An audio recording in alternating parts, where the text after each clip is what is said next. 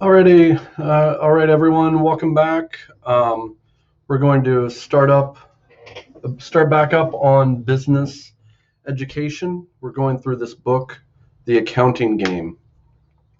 The first part, we went over a pre-test to kind of give us a background of what we're going to be going through. Let's go ahead and look at that again. All right, accounting game homework. Here we go. So we answered these questions: which items are on a balance sheet, etc. We learned about we didn't learn anything. We just got some first ideas of what the words might be that we need to know in accounting: balance sheet, gross profit, income statement, all of these things. Right? You can look back at that. Now we're going to go into the book and hear some of the end for some reason. Okay, so this might seem like we're going slow, okay? And I know my one friend on Facebook, she is worried about that. She wants to know all of the meaning of all of the vocabulary. But we need to go slow because we are going to get the concept of what this is about, okay? So we're setting the scene as a child that's getting out of school, and they're going to think up an idea, and this is important. Okay, so what is the lemonade stand? The lemonade stand is where you put up a table and you sell lemonade to people walking by. Why? Because it's cheap to make lemonade at home. You sell it, when I was a kid, it was for 10 cents a glass, and you'd maybe make a little bit, but it took up some of your mind, right? It took up some of your time. Well, this person is going to think a little bit different. They're going to actually try to make a business out of this. They're excited. What makes this person different?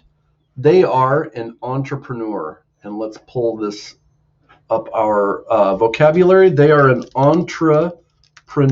This is a French word. That's why it's so hard to say in English. Entrepreneur.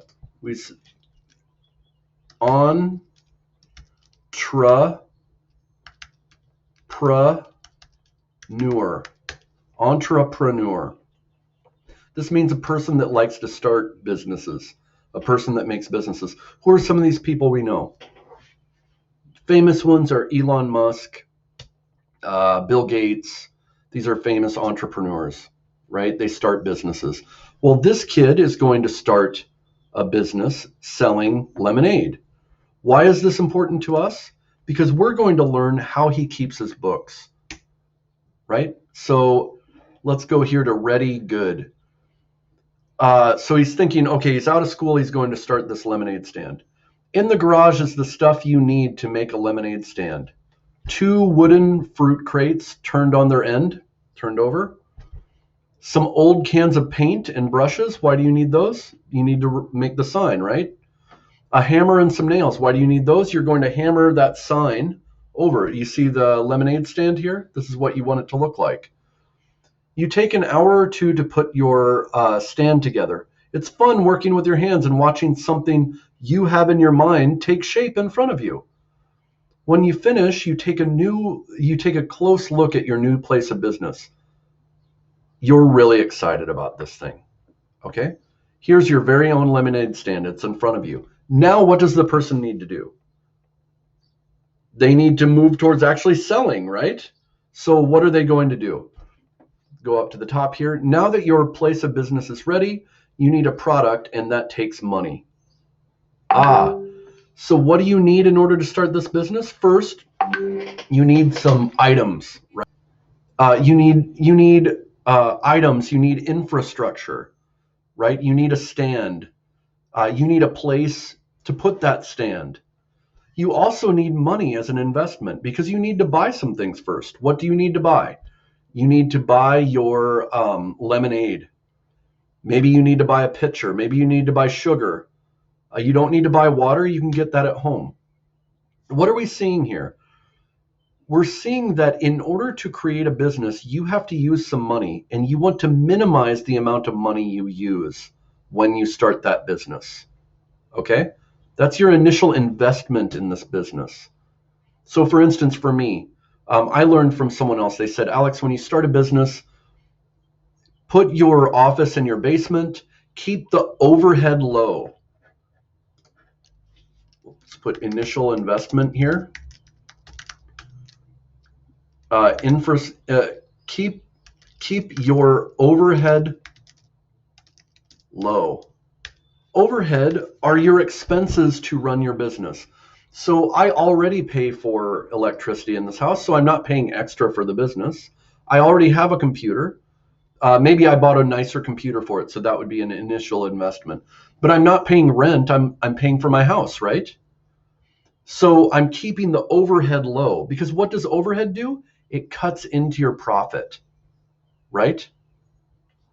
Okay, so now that your place of business is ready, you need a product, and that takes money. That's key. You need a product to sell, and that takes money. You run up to your bedroom and shake out all the quarters and nickels and dimes from your piggy bank. It adds up to $5. You transfer the money to the closest equivalent you can find of a bulletproof X-ray, meaning a safe. You need to put it in a safe. Why? Because usually you would transfer that to a bank account. So what do you do when you start a business? You open a bank account for it. Okay, but he doesn't, he's a child, so he's not going to do that. He's going to get a safe. The $5 go into the cigar box for safekeeping. Or if you were starting a business, you would transfer it into that bank account that's for your business. You want to keep your regular money and your business money separate. You also write private property on the outside of the box, you know. Okay, your money's safe. What do we call these 5 $1 bills? We call them cash. Okay, I think we've got this in here, cash. What color is cash? Green. Okay. Now you're going to be rich. This is key too. This kid has a dream. That's what you need as an entrepreneur. You need to be excited about what you're doing. You need to be optimistic about what you're doing, right? You're taking a chance. Look at him. He's already taken time to build this stand. That's wasted time if he doesn't do it, right? When you create your business, you have to think about what business you want. That takes time. Many people sit around and they go, oh, I want to start a business. You know, in 5 years, I'm going to own something. But do they actually do it? No. So you're taking time to build your business and you're getting excited. Because what did he do at first? He thought about different businesses. I could have a lawn mowing business. I could do this. I could do that. And then he decided on this lemonade stand. You're going to do the same thing when you think of a business to start. Okay? So he's thinking about all the money he's going to make. What does he need? You need some paper and a pencil for sure, because he needs to keep records. You need to see some way to keep record of what money goes in and out of your business. This record keeping is what accounting is all about. Okay? Does this make sense? The paper and pencil he keeps, that's the accounting that we're worried about. We would start a spreadsheet, and we'll do that today. This record keeping is what accounting is all about. You know enough about the world to know that one way grown-ups keep track of numbers is to keep score. What does keep score mean? Do you follow cricket or football? You keep score. This team has 1 point, this team has 1 point. Maybe you even keep better score by keeping statistics of players, right? That's accounting. So he's going to keep score. You decide to create a scorecard for your business. Let's see what the scorecard looks like. Your scorecard allows you to keep track of things happening in your business. To better understand how money flows in and out of the business, though, we need a scorecard that shows 2 things on it: what we have and who owns it, which means we need to draw a line down the middle of the scorecard. Let's do this right now. There we go. And now I'm going to put my box around this. Okay, so here's my scorecard. Okay, what we have, who owns it? What we have, these are the things we have own. Not the things we own. Own means that it's yours, right? The things we have for the business.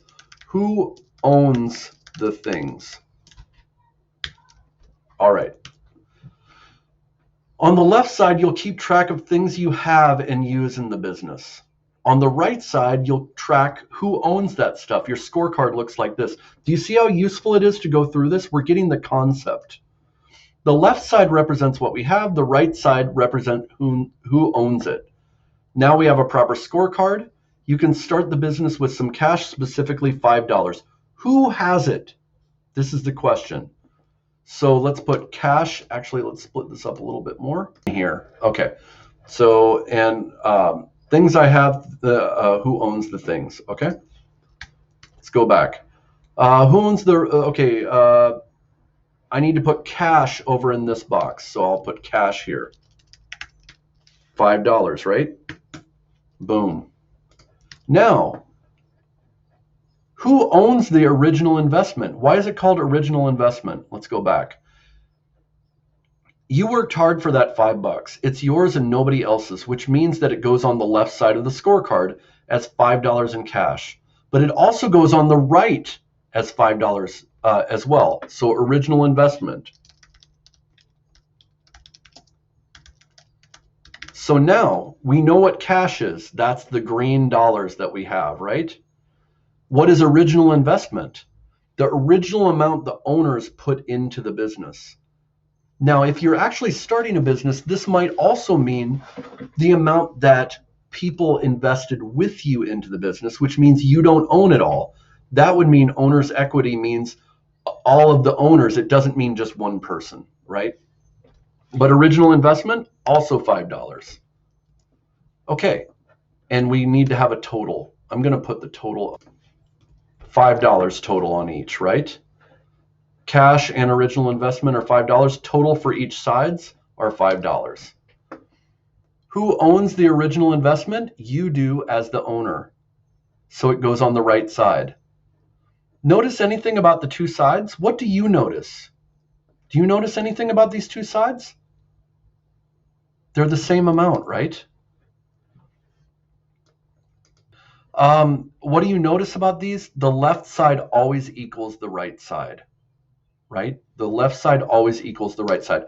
That's your first lesson about this balance sheet, or what they call the scorecard right now, the left and the right balance. So far, so good. The weather is great outside and you're ready to rock and roll. You're ready to go. You can close your eyes and get ready to sell. The investment of $5, okay. Who is the kid's personal banker? So you need a banker, right? Mom and dad are going to be that for him. Mom and dad, what do? They give $10 to you. And then your mom says, hey, that $10 isn't a gift, it's a loan. Okay, so what are we going to do with the $10? We're going to create notes payable here. So we're going to have cash, notes payable, and original investment. Let's try that right now. Notes payable. What does notes payable mean? The amount that you have taken as a loan. How much did you take? $10. So now you have $15. What's the problem we're seeing here? This side also needs to be $15, right? So we add to cash. $15 in cash as well. Now it balances out. So on the left side, we see that we have cash. On the right side, we have notes payable and original investment. We have $15 in cash. What do we call this $15 in cash overall?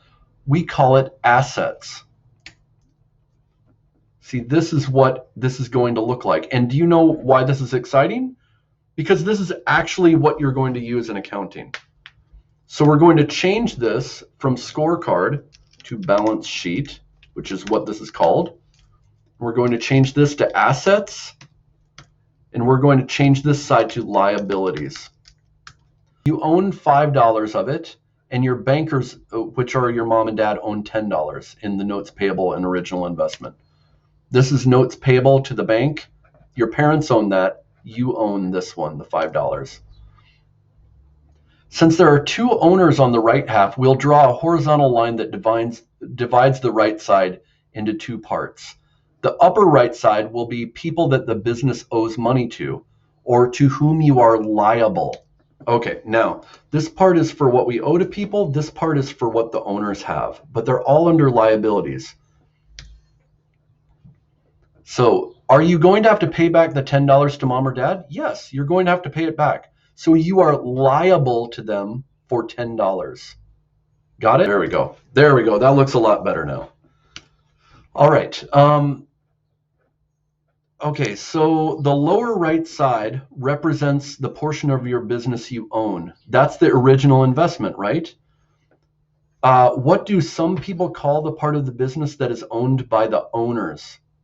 Okay, so equity and owner's equity. Stockholders' equity and net worth.